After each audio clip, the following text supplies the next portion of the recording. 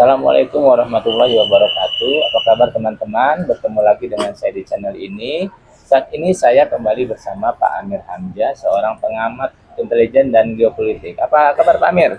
Alhamdulillah, baik. Kita akan berbicara tentang sebuah hot isu yang sedang dibicarakan oleh banyak orang tentang konflik antara Megawati dengan Jokowi, dengan Presiden Jokowi. Karena kita tahu awalnya Pak Jokowi itu mendukung Ganjar, kemudian setelah Ganjar didukung oleh PDIP, deklarasikan oleh PDIP sebagai capres yang diusung di 2024, tiba-tiba ada kesan Pak Jokowi mendukung Prabowo, dan bahkan kemudian melalui bantuan MK Pak Jokowi menjadikan anaknya yang sulung, yaitu Gibran Rakabuming Raka, menjadi cawapres, dan anak bungsunya itu menjadi ketua umum PSI. Sehingga ada dugaan bahwa antara Megawati dengan PSI sedang ada masalah hubungan yang sangat serius. Nah, mari kita dengarkan pendapat dari Pak Amir. Dalam menghadapi pemilu, khususnya Pilpres ini kan ada beberapa gejala-gejala yang muncul. Gejala-gejala yang muncul itu antara lain masa beberapa waktu lalu, di mana sebenarnya kalau kita lihat dari segi pelaksanaan konstitusi Undang-Undang Dasar 45, maka sebenarnya Pak Jokowi secara sadar maupun sengaja sudah berusaha untuk menyimpang dari konstitusi. Malahan ini dilakukan dengan sengaja adalah sebagaimana sekarang sudah bocor dari pihak PDIP sendiri, bahwa justru Pak Jokowi pernah meminta kepada Ibu Mega dan PDIP untuk meluluskan permintaan periode 3 tahun, periode ketiga. Ya. Nah, kemudian ketika ini ditolak oleh Mbak Mega, Pak Jokowi mengusulkan lagi perpanjangan masa jabatan beberapa tahun atau penundaan pemilu yang sekaligus memperpanjang masa jabatan Pak Jokowi. Berarti masa jabatan Pak Jokowi bukan nanti berakhir pada tanggal 20 Oktober 2024, tapi akan diperpanjang 2 atau 3 tahun kemudian. Nah, sebenarnya permintaan Pak Jokowi kepada Ibu Mega dan PDIP ini sebenarnya suatu kesengajaan untuk melanggar konstitusi. Karena konstitusi kan hanya menjelaskan tentang masa jabatan presiden dan wakil presiden itu kan 2 periode. Tidak ada perpanjangan, tidak ada periode ketiga. Ini berarti bahwa secara sadar dan sengaja Pak Jokowi sudah pernah meminta dari Ibu Mega untuk melakukan pelanggaran konstitusi, dan kita bersyukur bahwa Ibu Mega bersama PDIP menolak itu. Nah, ini berarti kan sebenarnya kan Pak Jokowi sudah melakukan suatu persoalan yang menyebabkan dia bisa dimakzulkan. Nah, sekarang tinggal masalahnya PDIP. Karena dengan berbagai pelanggaran konstitusi yang selama 9 tahun lebih memasuki tahun ke-10 ini dilakukan oleh Presiden Jokowi. Sebenarnya kalau sekarang ini dalam menghadapi persoalan Pilpres sekarang ini, baik berkaitan dengan pencapresan Ganjar Mahfud maupun berkaitan dengan pencapresan Prabowo Gibran, dan kemudian juga tentunya nanti akan dampaknya positif negatif akan dimanfaatkan oleh pasangan Amin. Itu kita akan melihat bahwa kalau PDIP tidak melakukan reorientasi sikap terhadap kepemimpinan Jokowi, maka seluruh pelanggaran konstitusional yang pernah dilakukan oleh Jokowi selama hampir 10 tahun ini harus menjadi tanggung jawab PDIP. Karena dia itu berarti nanti PDIP bisa digugat di pengadilan, entah di Mahkamah Agung atau di Mahkamah Konstitusi untuk dibubarkan. Nah, oleh karena itu sekarang kita memerlukan reorientasi.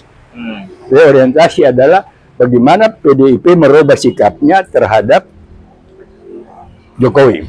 Nah, kalau selama ini Ibu Mega sering menyatakan bahwa Jokowi itu adalah petugas partai, berarti apa yang dilaksanakan oleh Jokowi termasuk pelanggaran konstitusi yang dilakukan itu adalah atas penugasan PDIP. Jadi pelanggaran konstitusi yang dilakukan oleh Jokowi itu harus dipertanggungjawabkan oleh Megawati. Ya kan, itu dari satu aspek. Untuk menyelamatkan diri dari beban yang harus dia pikul karena pelanggaran konstitusi yang dilakukan oleh Jokowi selama lebih dari 9 tahun ini, maka Ibu Mega dan PDIP sudah layaknya melakukan reorientasi. Salah satu di antara reorientasi itu adalah melakukan right kepada masyarakat bahwa karena Pak Jokowi sudah berpindah sikap, dia sudah mendorong putranya menjadi ketua PSI, kemudian juga mendorong putranya menjadi cawapres daripada Prabowo. Maka dengan demikian PDIP tidak lagi bertanggung jawab atas setiap manuver politik maupun apapun yang dilakukan oleh Jokowi dalam rangka melaksanakan tugasnya sebagai pimpinan nasional sekarang ini. Atau dengan kata lain, secara singkat, cukup Ibu Mega mengatakan bahwa mandat kepada Jokowi sebagai petugas partai sudah kami cabut. Konsekuensinya apa itu? Ya, konsekuensinya tentu kan berarti PDIP akan kehilangan, Jokowi kehilangan dukungan dari PDIP. Nah, kemudian tentu kan kita akan melihat bahwa PDIP sudah tahu bahwa mereka pernah diajak oleh Jokowi untuk melanggar konstitusi. Nah, pelanggaran konstitusi oleh seorang presiden yang dilakukan secara terencana dan sistematis, itu kan sebenarnya juga sudah melanggar Undang-Undang Dasar 45. Oleh karena itu sebenarnya PDIP sebenarnya dengan menolak permintaan dia, berarti di satu sisi PDIP tidak mau melanggar konstitusi atas ajakan Jokowi, di lain sisi PDIP memang mau konsekuen melaksanakan konstitusi.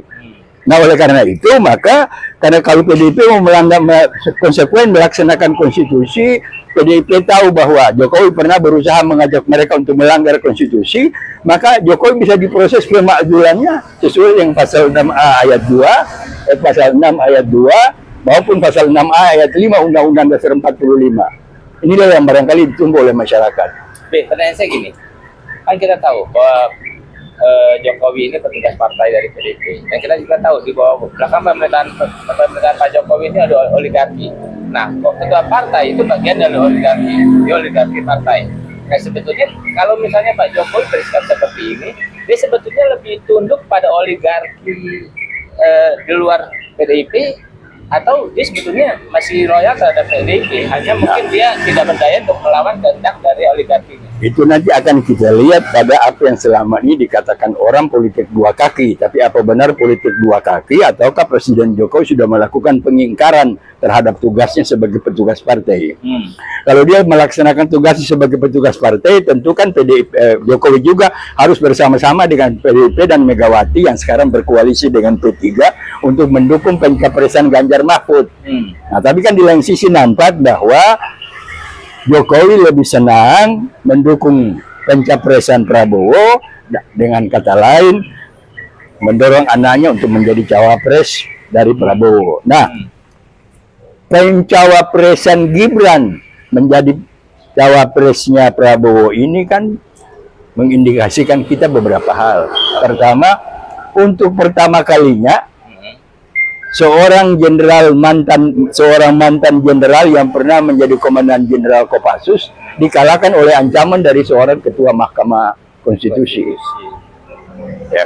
Kedua, inilah untuk pertama kali dalam sejarah Republik ini seorang Menteri Pertahanan yang sedang bertugas dalam negara juga dikadalin oleh seorang ketua Mahkamah Konstitusi untuk memilih Gibran sebagai cawapres. Ya, padahal kan produk MK tentang Gibran sebagai cawapres ini kan menyalahi undang-undang. Ya, terkait dengan putusan MK terhadap ya, karena apa?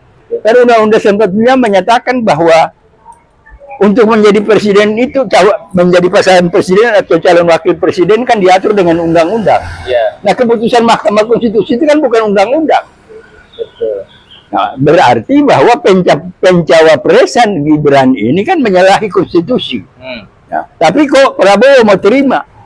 Nah, ini yang kita lihat nanti kan baru hari ini beredar di WA, itu ada kelompok yang menamakan dirinya Jagat Prabowo. Jagat Prabowo itu nanti visi misinya itu akan merujuk kepada apa yang di era Orde Baru kita kenal sebagai konsep dasar ketahanan nasional yang terdiri dari Trigatra dan Pancagatra yang kalau dijumlah menjadi Astagatra. 3 tambah 5 menjadi 8, yaitulah dasar daripada konsep ketahanan nasional kita. Nah, ini yang sekarang dicoba oleh kelompok pendukung Prabowo untuk menawarkan ini kepada publik, untuk menarik simpati masyarakat kepada publik. Tentang Astagatra, kita tahu bahwa Jokowi pernah nawacita, sekarang Astagatra. Apa nanti nasibnya nggak sama ya? Kalau Astagatra pada zaman Orde Baru sesuatu yang sudah baku di era Orde Baru itu yang sudah baku itu dalam rangka pelaksanaan praktek ketatanegaraan kita ada sistem Hamkamrata, sistem pertahanan keamanan rakyat semesta yang berkaitan dengan konsep ketahanan nasional yang terdiri dari Astagatra tadi. 8 gatra, yaitu 3 gatra fisik dan 5 gatra non fisik. Bukan Astacita ya Pak ya? Bukan. Oh, oke. Kemarin di media itu disebut Astacita. Itu Pak, ya barangkali gagasan lain lagi kan, tapi tetap kalau kita pakai kok ini, kalau kita mengikuti betul-betul dari apa yang terjadi pada struktur pemerintahan Orde Baru pada saat itu, konsep ketahanan nasional didasarkan kepada Astagatra. Nah sekarang kita lihat misalnya pada pencapresan Prabowo dan Gibran sebagai cawapresnya. Kalau benar-benar Jokowi adalah petugas partai, dan ini nanti kita lihat juga pada pengaruh Partai Komunis Cina melalui operasi semut merahnya, baik terhadap PDIP maupun terhadap Jokowi sendiri maupun terhadap partai politik lain, baik yang ada di koalisi Prabowo, ada di koalisi Ganjar, maupun ada juga terus terang saja ada juga kelompok-kelompok operasi semut merah juga yang bermain di lingkungan Anies Caimin gitu kan. Nah, kalau dia benar-benar petugas partai, dia akan pastikan ikut bersama-sama PDIP mendukung. Ya, mendukung. Ya. Nah, tetapi kenapa dia melakukan beberapa skenario politik yang dari awal sudah bisa kita baca bahwa apa yang pernah dinarasikan oleh Jokowi itu sebenarnya ditujukan kepada PDIP, yaitu ketika Jokowi mengatakan bahwa saya punya laporan intelijen, tahu isi perut partai politik, kemana mereka mau bergerak. Nah, itu sekaligus sinyal bahwa ada kelompok intelijen lain yang memberikan masukan intelijen kepada kepada Jokowi, sehingga Jokowi juga mungkin sudah tidak percaya kepada laporan yang disampaikan oleh Ketua BIN. Nah, karena dari segi emosional kan, Ketua BIN ini kan lebih dekat kepada PDIP dan Ibu Megawati. Nah, yang sekarang ini ada isu mau diganti, tapi entah jadi atau tidak kan, nanti kita lihat manuver-manuver dan konsensus-konsensus politik yang akan dilakukan antara Pak Jokowi dengan berbagai partai. Nah,